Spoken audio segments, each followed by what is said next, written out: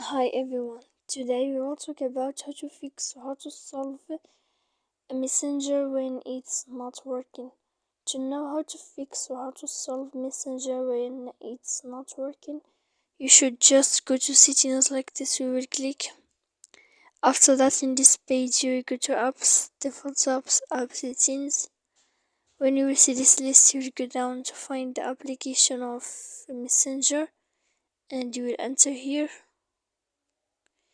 Then in this page, we go to click first stop.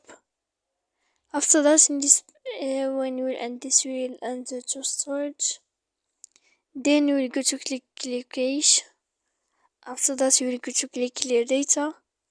And when you will end all this, you can turn off your Wi-Fi. So please don't forget to support us by like and subscribe. See you next time in another video, and thank you for watching.